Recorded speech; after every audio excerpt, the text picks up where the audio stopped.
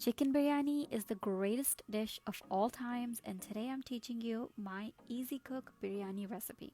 I started making biryani this way when I decided to go back to school while raising two little kids, and I've always loved biryani, but I just needed a recipe that was quick and easy.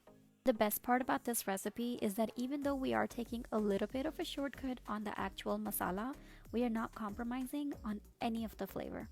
So basically, we'll take yogurt, oil, store-bought fried onions, biryani masala, and chopped tomatoes, and we'll mix it all together, and then we're gonna add in our whole chicken. And you can use whatever variety of biryani masala you like, but my absolute favorite is Shan Sindhi biryani masala. Then we're gonna cook it on medium heat with the lid on for about 20 minutes.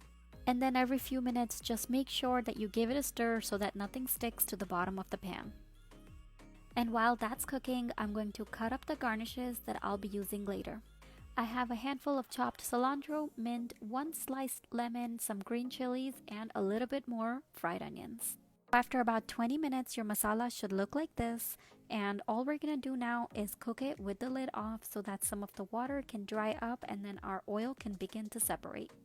At this point, I'm also gonna add in half of the sliced lemon from earlier so that the flavor can really get infused inside the masala.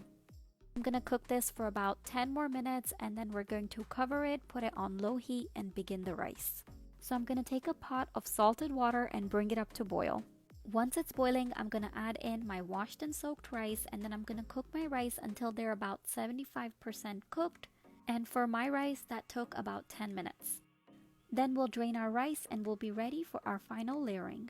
My masala has been on very low heat while I was cooking the rice, so I'm just gonna give it a stir, and then I'm gonna start adding in all the garnishes that I chopped up earlier. Once we have those in, we're gonna top that with our cooked rice, and then I'm just gonna use a spatula to kind of smooth it all out and make a nice even layer. And this is optional, but I highly recommend it. We're then gonna top this with just a little bit of food coloring and also just another drizzle of oil.